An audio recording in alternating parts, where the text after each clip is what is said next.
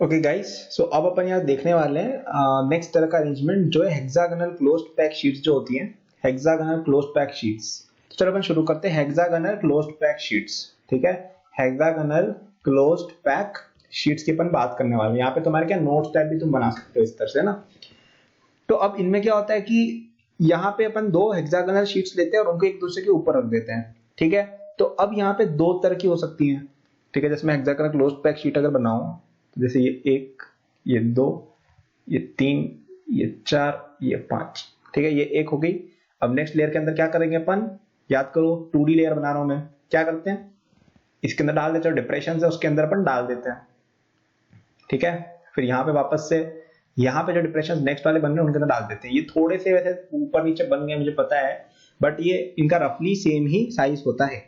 ठीक है, अब जो नेक्स्ट वाली जो लेयर आने वाली है ना, वो मैं डालता हूँ आपकी चलो येलो कलर के अंदर डालते हैं। ठीक है, ताकि तुम लोग अच्छे समझ में आए। वो यहाँ पे पड़ते इन डिप्रेशन में आती है। ठीक है, थोड़ा सा जैसे छोटा बना दिया मैंने। ठीक है, बट आई होप आप लोग समझोगे मैं क्या करना चाह रहा हूँ। ठीक है, समझ रहे हो क्या हो रहा है। मतलब ये जो यहाँ पे जैसे ये वाला जैसे जो है ना, ये डिप्रेशन फिल हुआ, ये डिप्रेशन फिल हुआ, ये वाला जो डिप्रेशन है ये फिल हुआ, अब ये वाला डिप्रेशन फिल होगा, इस तरह से। समझ में आ रहा है। ठीक है, और यहां पे अपन जैसे और आगे डालते हैं इसको।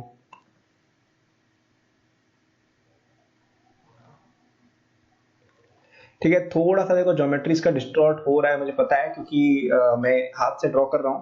बट आपको समझना होगा यहाँ पे दो तरह के वर्ड्स बन रहे हैं। देखो, अगर आप ध्यान से देखो, ब्लू कलर में शो करूं तो यहाँ पे अब जो नेक्स्ट लेयर अपन ने रखी, ठीक है, ऊपर पहले वाली लेयर तो थी, उसके अंदर देखो ट्राइंगल शेप किस तरह के वर्ड्स थे। अब यहाँ पे नेक्स्ट लेयर रखने पर दो तरह के वर्ड्स आ रहे हैं। पहले वो वाले वर्ड्स है जिनके नीचे एक कोई एटम है। जैसे ये देखो, ये वाला जो वर्ड है इसके नीचे है एक एटम, तो ये टेट्राहेड्रल वर्ड कहा जाता है इसको। तो ये क्या है, बेसिकली सेकंड लेयर आपने रखी ना इसके ऊपर, इसके नीचे अगर एक एटम आ रहा है इस वॉइड के नीचे, तो सेकंड लेयर का वॉइड देखो, ये देखो वॉइड, इसके नीचे एटम है, देखो ये ग्रीन कलर का एटम इस वॉइड के नीचे, तो ये टेट्राहेड्रल वॉइड है। और अगर इस वॉइड के नीचे कोई एटम शैटम नहीं है तो वो हो जाता है आपका ऑक्टाहेड्रल वॉइड। वो कहां मिलेगा आपको, इसके बाजू में। जैसे ये देखो, यहाँ पे अगर आप एक एटम रखते हैं ना, ये वाला जो वॉइड दिख रहा है ये वाला, यहाँ पे कोई कुछ भी नहीं होता। ठीक है, वैसे ही यहाँ पे अगर आप देखोगे थोड़ा सा ज्योमेट्री डिस्टॉर्ट है, लेकिन इसके नीचे ये आ रहा है बेसिकली। तो यहाँ पे देखो, इसके नीचे भी कोई एटम नहीं है, यहाँ पे खाली के अंदर खाली है। तो ये हो गया आपका ऑक्टाहेड्रल वॉइड। तो tetrahedral will be surrounded by octahedral, octahedral will be surrounded by tetrahedral. जैसे ये ऑक्टाहेड्रल है तो यहाँ पे अब इसके जस्ट बगल में जैसे ये वाला टेट्राहेड्रल वॉइड हो गया, इसके नीचे भी अगर आप एक और यहाँ पे लेयर बनाओगे तो यहाँ पे टेट्राहेड्रल वॉइड आ जाएगा।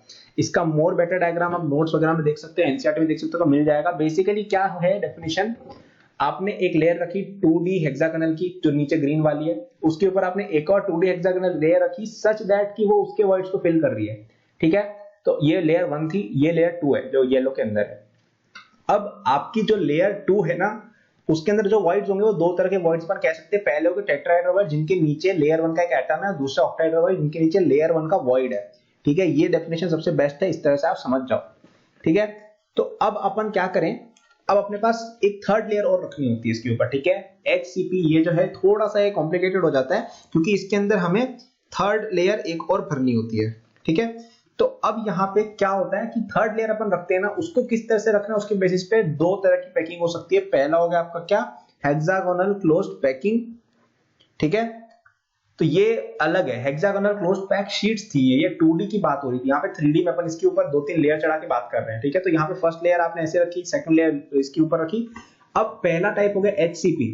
HCP के अंदर अपन यार क्या करते हैं कि आपकी जो लेयर होती है ना, थर्ड लेयर, वो exactly same as first layer होती है। तो सेकंड लेयर अपन ने देखी कैसे रखनी है, तो उसके बाद अगर अपन जो थर्ड लेयर रखते हैं वो एग्जैक्टली सिमिलर टू फर्स्ट वाली रख देते हैं ना, तो ग्रीन वाली लेयर की पिछली साइड में जाके देख सकते हो वैसा कुछ दिखेगा।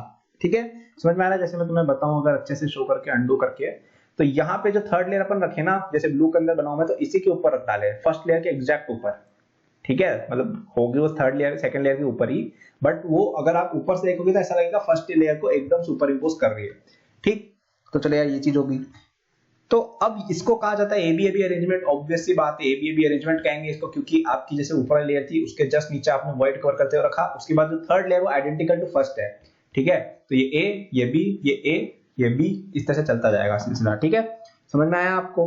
तो अब यहाँ पे इसकी यूनिट सेल के मैं आपको कुछ बता देता हूँ फंडे। हालांकि हमने पहले से पढ़ रखे हैं काफी सारी चीजें, तो आपको तो इतनी दिक्कत नहीं आएगी समझने में, मैंने आपको पहले बताया था। तो इसका जो यूनिट सेल होता है उसके ऊपर रिलेशंस वगैरह देखते हैं। ठीक है, तो सबसे पहले इसका हेक्सागोनल यूनिट सेल होगा। ठीक है, जैसे ये आपका एटम है, 2 मिनट, ये थोड़ा गड़बड़ बन गया, एटम गोल गोल बन गया ज्यादा ही।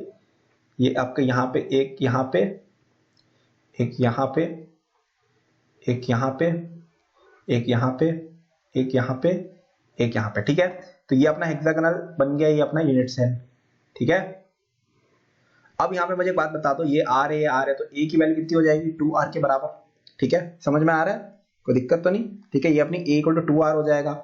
अब यहाँ पे अपन कुछ और चीजें समझते हैं। इसका एरिया कितना होगा बताओ। इसका जो एरिया होगा वो हो जाएगा आपका 6 इंटू ये इक्विलेटरल ट्राइंगल जो है, इनका एरिया, ऐसे 6 इक्विलेटरल ट्राइंगल है, इसकी जो साइड है वो कितनी, √3/4, √3/4 a स्क्वायर होता है इक्विलेटरल ट्राइंगल का एरिया, ठीक है। तो 6 हो जाएंगे ट्राइंगल्स के नंबर, और हर ट्राइंगल का जो एरिया है वो हो जाएगा आपका √3/4 इंटू 2r का स्क्वायर। तो निकाल लो ये जितना भी होता है यार, 6 या a लिखो तो 6√3a²/4, ठीक है। तो ये चीज आप समझ गए होगे, a की वैल्यू इसमें क्या होती है, साइड लेंथ की, ठीक है। अब अपन कुछ और निकालते हैं, जो हो गया आपका। और हाँ, एक और बात की हेक्सागोनल का मैंने वैसे पहले बताया था, तो मैंने आपको याद हो तो वो ब्रेवाइज लैटिस बताई थी ना, तो इसके अंदर यहाँ पे a की वैल्यू होती है 2r होती है, वही b की वैल्यू भी होती है, और यहाँ गामा की वैल्यू 120 डिग्री होती है। अगर अपन किसकी बात करें, 2D वाले की, मैं आपको याद है ना ब्रेवाइज लैटिस बताई थी उसके अंदर, हालांकि मैंने वहां भी बताया था, बट आई होप आपको क्लियर होगा थोड़ा, ठीक है। चलो यार बात करते हैं अपन आगे, कैलकुलेशन ऑफ c, है ना। जो अपना c आपको याद है ना, ब्रेवाइज लैटिस के अंदर 3 चीजें थी, a b c, है ना, याद करो, ए बी सी एंगल्स थे, अल्फा बीटा गामा, तो उसमें ए बी तो निकाल लिया, अपन को सी निकालना है, ठीक है। तो यहाँ पे आप स्ट्रक्चर देखो 3D के अंदर, ठीक है, इमेजिनेशन करनी रहेगी थोड़ी बहुत। यहाँ पे डिजिटल पेन काफी काम आएगा वैसे, ठीक है। तो ये अपन ने जैसे इमेजिन की लैटिस, ठीक है, ये लैटिस बेसिकली मैं बना रहा हूं मैं, ये 3D व्यू है, साइड में से अपन देख रहे हैं, ठीक। और यहाँ पे ये इस तरह से कनेक्टेड है, ठीक है। अब चलो यहाँ पे थोड़ा कंफ्यूज हो गए तुम लोग, तो सी बेसिकली ये है, ये जो आपका पूरा जो है ना, ये आपकी एक यूनिट सेल बन रही है।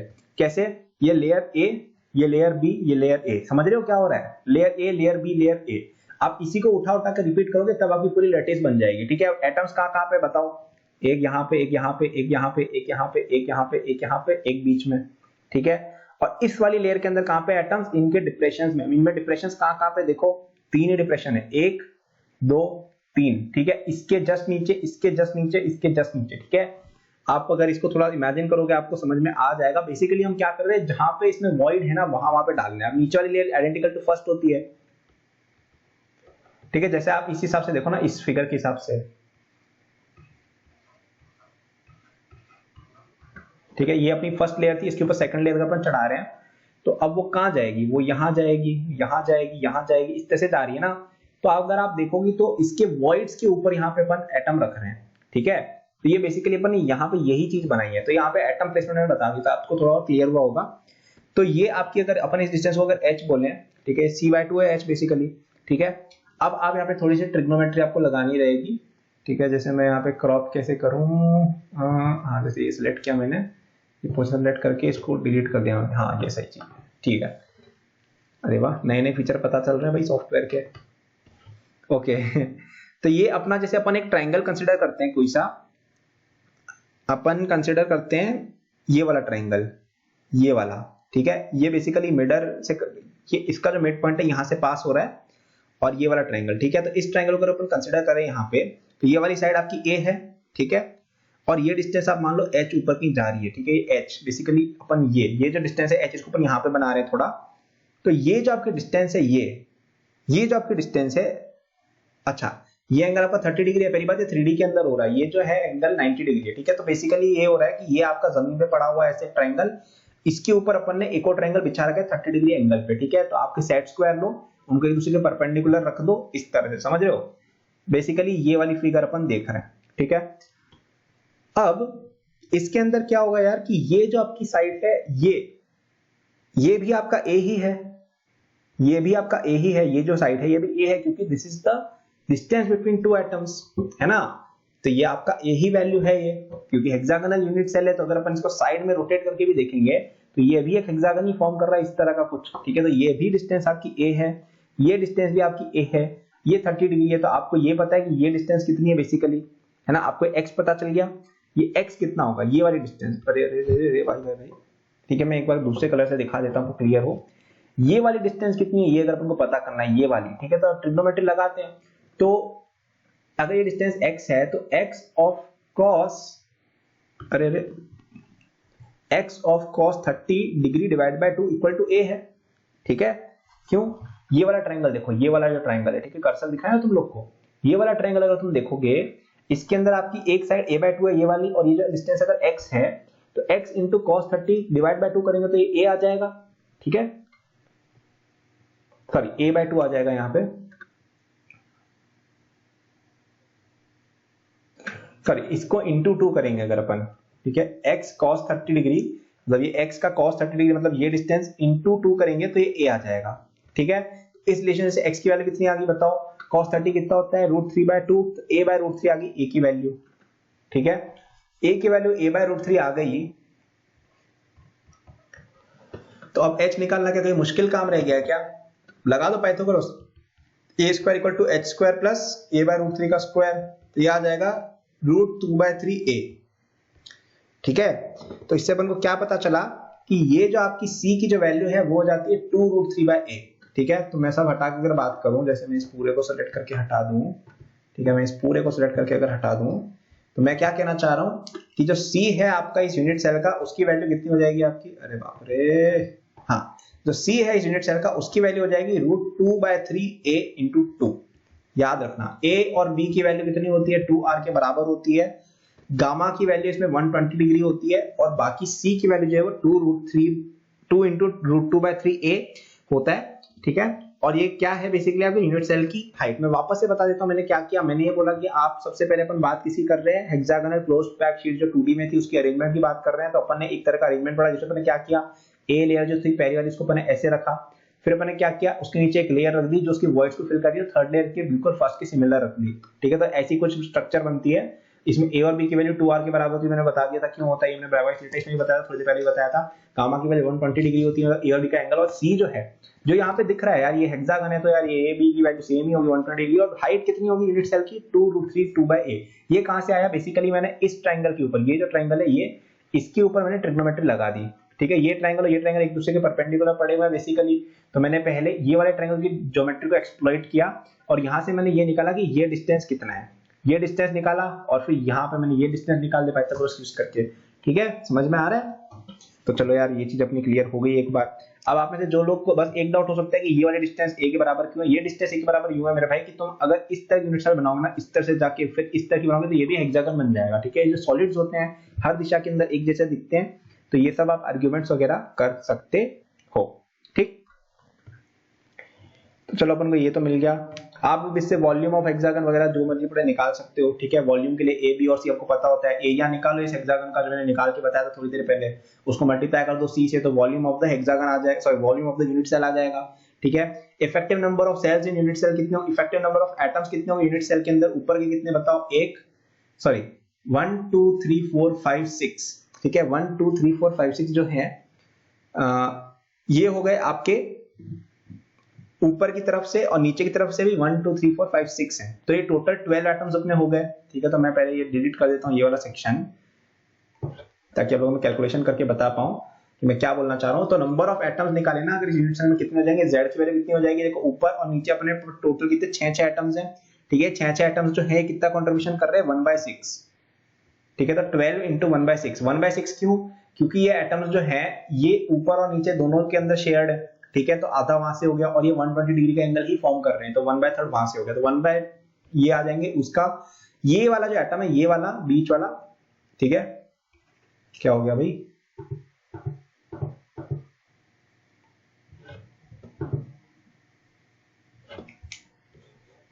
हाँ, तो ये वाला जो एटम है अपने पास, ये वाले एटम्स, ठीक है, जो बीच वाले एटम्स है, तो ऊपर का कंट्रीब्यूशन कितना हो गया साइड वाले एटम्स का, 12 इंटू 1/6 प्लस ये दोनों एटम्स जो है ऊपर और नीचे वाले हाफ ऑफ कंट्रीब्यूशन कर रहे हैं, तो 2 इंटू 1/2, क्योंकि फेस वाले एटम्स है, और बीच में ये 3 एटम और है, 3, तो कितना हो गया ये 2 + 1 + 3 6 एटम्स, तो बहुत ज्यादा एटम्स है भाई, 6 एटम्स अंदर है आपके इस तरह की HCP वाली जो यूनिट सेल है उसके अंदर। और इसकी पैकिंग एफिशिएंसी अगर आप निकालोगे ना तो वो आ जाती है 74%। पैकिंग एफिशिएंसी कैसे निकालोगे, बेसिकली आपको volume of the unit cell पता है, मैंने बता दिया कैसे निकालेंगे, A इंटू बी मैंने पहले एरिया निकाला था, मैंने ये वाली चीज का जो हेक्सागन का एरिया निकाला था, सी पता है तो area of the hexagon multiplied by C से वॉल्यूम ऑफ द आ जाएगी, और उसको डिवाइड में डिनोमिनेटर में डाल दो, और ऊपर क्या रखो 6 इंटू वॉल्यूम ऑफ एटम, ठीक है। तो 6 इंटू 4/3 पाई आर क्यूब करेंगे और डिवाइड कर देंगे वॉल्यूम से। वॉल्यूम निकालना मैं बता दें, ये भी बता दें, ए और आर के बीच रिलेशनशिप बताया। अब इतना तुम कैलकुलेट करके देखो तो 74% आता है, ये वैल्यू आ जाती है पाई बटे √3 इंटू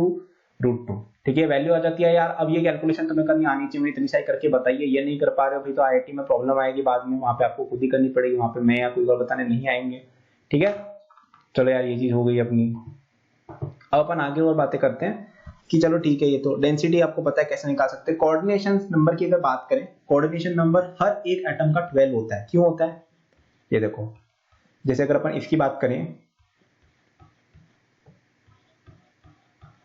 ठीक है, ये अपनी फर्स्ट लेयर थी, तो इसका ही कंट्रीब्यूशन नंबर कितना हो गया, ये हो गया कितना आपका 6 यहां से आ गए, ठीक है। और अपन इसके ऊपर एक और लेयर रखेंगे, तो इसी एटम को अगर आप देखोगे तो 3 एटम्स ऊपर टच कर रहे हैं, ये तीनों, ठीक है, और नीचे भी 3 एटम्स टच कर रहे हैं। तो ये बेसिकली ऐसा हो जाता है कि इसका कोऑर्डिनेशन नंबर आपका 12 हो जाता है, ठीक है। जैसे इस एटम की बात करें तो 6 तो ये टच कर रहे हैं, और नीचे ये तीनों टच कर रहे हैं, और ऊपर भी ये तीनों टच कर रहे हैं। अब मुझे पता है यहाँ पे ये अपना सेक्शन खत्म हो गया इसका। अब मुझे पता है मुझे कई बच्चों को समझ में नहीं आया कि भैया क्या बोल के चले गए, भैया पता नहीं क्या बोल के चले गए। मैं तुम्हें बता रहा हूँ ये चीज एकदम परफेक्टली नॉर्मल है, ये टॉपिक समझना थोड़ा मुश्किल है। मैंने पहले ही बोला था कि बीसीसी के बाद समझना डिफिकल्ट हो जाता है, ठीक है। तो आप प्लीज विजुअलाइज करने की कोशिश करें। अगर आपको लगता है फिर भी आप यूट्यूब पे जाके एनिमेशन देख सकते हो, बट कोई यूज नहीं है उसका, ठीक है। आपको बस ये वैल्यूज याद होनी चाहिए, मैंने बताई है कि वॉल्यूम कितना होता है, पैकिंग एफिशिएंसी कितना होता है, कोऑर्डिनेशन नंबर कितना होता है, और एक बेसिक अंडरस्टैंडिंग होनी चाहिए। अब ये फिगर मैं बना रहा हूँ, कोई और भी यही फिगर एग्जैक्टली बना के देगा तुम्हें, ये तुम्हें एनसीईआरटी में सब जगह यही फिगर मिलेगा एग्जैक्टली। तो आप प्लीज थोड़ा विजुअलाइज करने की कोशिश कीजिए और ट्राई कीजिए आपको चीजें याद हो जाएं। विद दैट सेड मैं कहूंगा कि बीसीसी तक अगर आपको विजुअलाइज हो रहा है तो इट्स ओके, उसके आगे विजुअलाइज नहीं हो पा रहा है यार तो कोई बात नहीं यार, है ना, चलता है, उतना लोगों को नहीं हो पाता कई लोगों को। ओके चलो यार ये चीज हो गई। अब अपन बात करते हैं नेक्स्ट कि इसी के अंदर एक और तरह का भी होता है, जो होता है अपना यही चीज जो अपनी हेक्सागोनल पैक की बात करते हैं ना, हेक्सागोनल 2D वाली शीट्स, उसी के अंदर एक और तरह की भी होती है जिसको कहते हैं अपन क्या, एबीसी अरेंजमेंट या सीसीपी, क्यूबिक क्लोज्ड पैकिंग कहा जाता है इसको, क्यूबिक क्लोज्ड पैकिंग। और इसमें अपन क्या करते हैं कि अपने पास याद हो तो ये चीज थी, ठीक है, क्यूब या इसको एफसीसी भी बोलते हैं। एफसीसी आपको याद होगा फेस सेंटर्ड क्यूबिक था, और ये एग्जैक्टली वही चीज है, ठीक है, closed cubic packing, closed cubic packing, okay.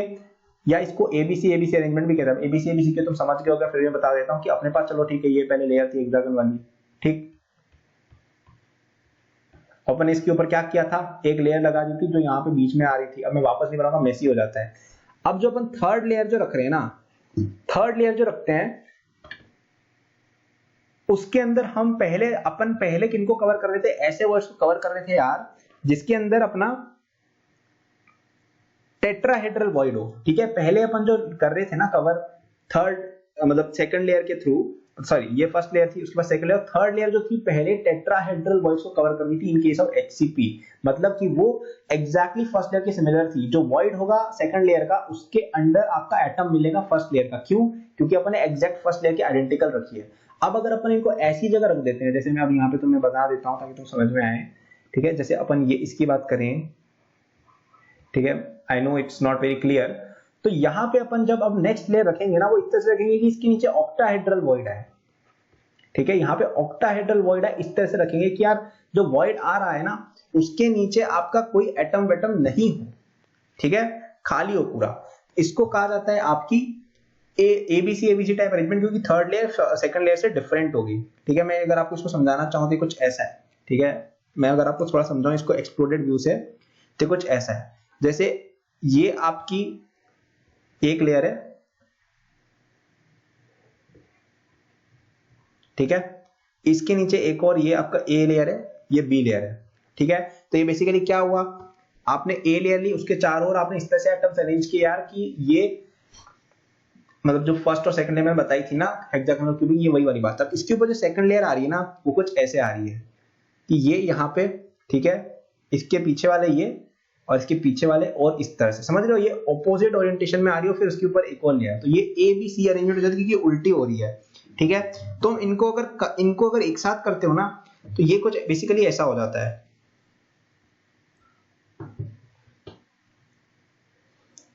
मतलब इसको एक साथ कंबाइन करो और फिर इसको साइड से घुमा के देखो तो ये कुछ ऐसा बनेगा, ठीक है। ये इसको हटाओ यार पहले तो,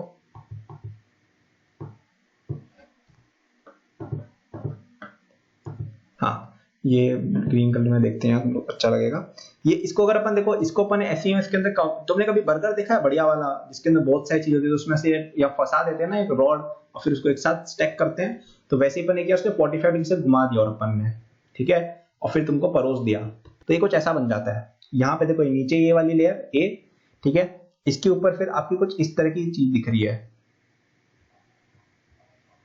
ठीक है, फिर आपकी थर्ड वाली लेयर और उसके ऊपर एक और। यार ये अच्छा नहीं बना, मैं तुम्हें एक और बना के बताता हूँ, एक और ट्राई करते हैं यार, मजा नहीं आया नहीं, ठीक है। तो ये आपकी नीचे वाली लेयर तो ए लेयर थी, ठीक है, इसके ऊपर अपन ने और अच्छे से डाली ये वाली लेयर सेकंड, ठीक है। अब इसके पीछे और भी एटम्स होंगे ऑफ कोर्स, ठीक है, वो तो है ही। तो ये बेसिकली ये वाली लेयर नीचे और ये वाली लेयर एस है, ठीक है। इसके ऊपर एक और लेयर आएगी जो दूसरी तरह की होगी, तो ये मैं ब्लू कलर से बना देता हूँ, ये आपकी थर्ड लेयर है, सी वाली जो लेयर है।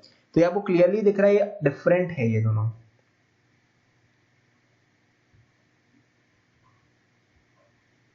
और लास्ट में अपनी नॉर्मल जो फर्स्ट लेयर थी वही वापस आ गई, ठीक है। तो ये बेसिकली क्यूब टाइप बन गया, मुझे पता है आपको दिख नहीं रहा होगा, आपको मैं सजेस्ट करूंगा कि आप नोट्स या एनसीईआरटी में देखिए, क्योंकि हैंड से कभी भी कोई भी क्लियर नहीं बना सकता है, ये बनाना पॉसिबल ही नहीं हाथ से, कि बहुत प्रिसीजन वाली चीजें हैं ये, ठीक है। तो अगर मैं इसको आपको क्यूबिक फॉर्म में रिप्रेजेंट करके बताऊं तो ये कुछ बेसिकली ऐसा हो रहा है,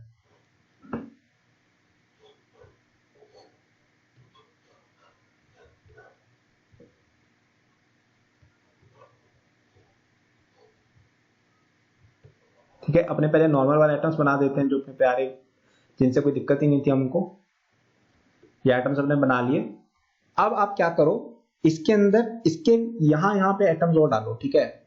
जैसे ये अपना एक ट्रायंगल यहाँ पे बन रहा है,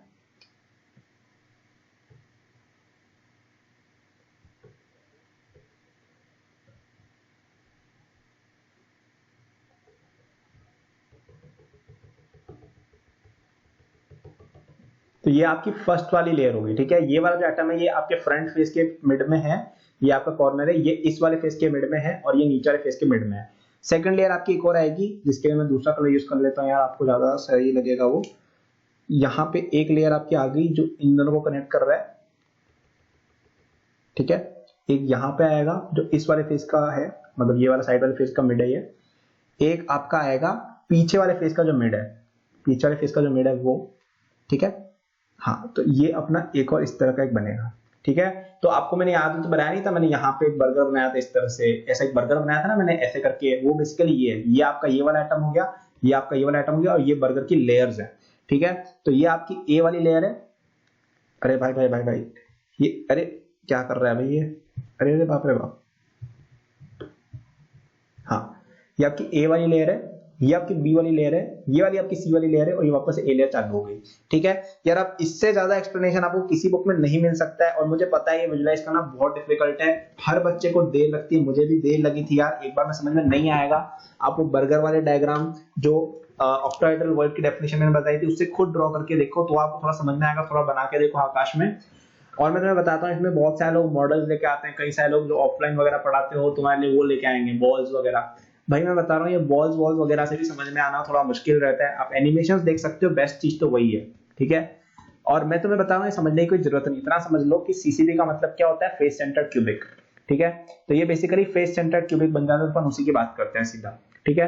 फेस सेंटर्ड क्यूबिक की बात करते हैं क्योंकि वही चीज है, एग्जैक्टली वही चीज है, तुम बनाओगे तुम्हें पता चल जाएगा वही चीज है, ठीक है। तो फेस सेंटर्ड क्यूबिक की बात करें तो relation between A and 2r क्या होता है कि यार अपने जो एटम्स है ना वो फेस सेंटर पे टच कर रहे होते हैं मेरे भाई, ठीक है।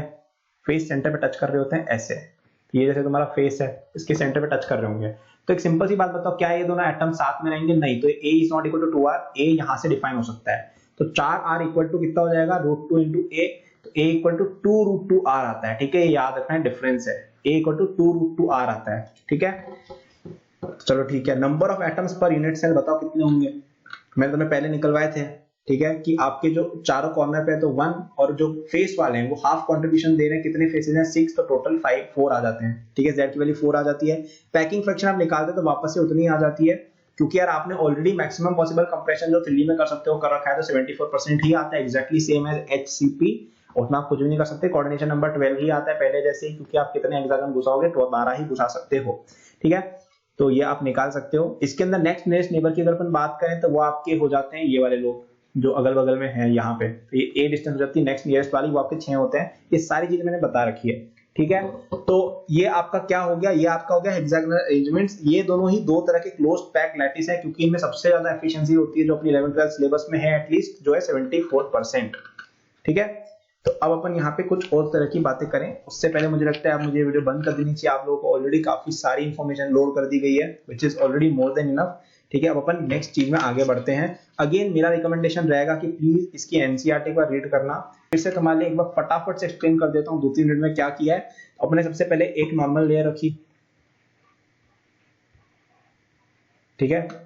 ये बेसिकली आपके हेक्सागन पैकिंग की नॉर्मल लेयर है। अब इसके ऊपर आपने एक और लेयर रखी जो क्या कर रही है, बेसिकली इसके यहाँ पे जो वॉइड्स है ना इनको कवर कर रही है, ठीक है।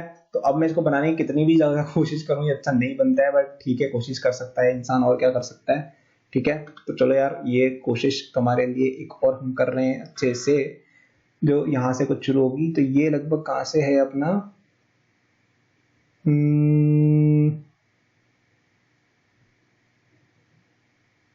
हाँ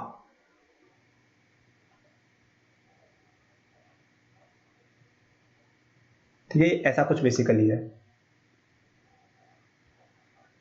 वैसे इस कलर में काफी क्लियरली दिख रहा है, ठीक है। तो अब तुम यहाँ पे देखोगे ये यहाँ पे देखो ये वाला जो वॉइड है दिख रहा है, छेद है छोटा सा, इसके नीचे एक एटम है, टेट्राहेड्रल वॉइड है।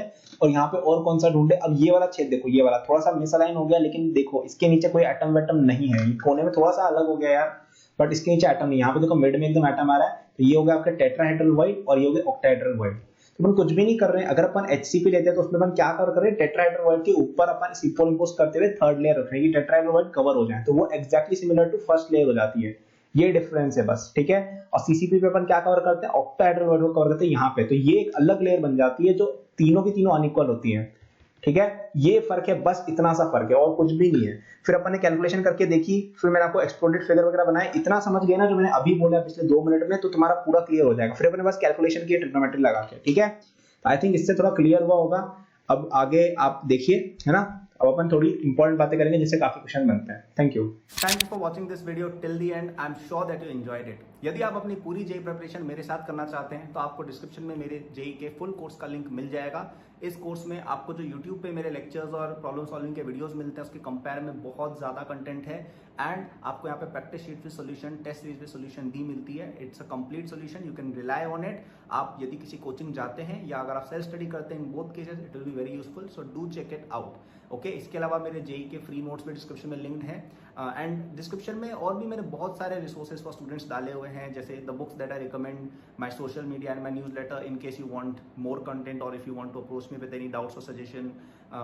नोट्स हैं नीट के स्टूडेंट्स के लिए, कॉलेज स्टूडेंट्स के लिए, स्टार्टअप एंथुसियास्ट के लिए भी, ओलंपियाड एंथुसियास्ट के लिए भी कोर्सेज हैं, तो चेक जरूर कर लीजिएगा डिस्क्रिप्शन, आपको काफी यूजफुल रिसोर्सेज वहाँ मिलेंगे। Thank for watching, like subscribe कर लीजिएगा for more such videos. Good luck.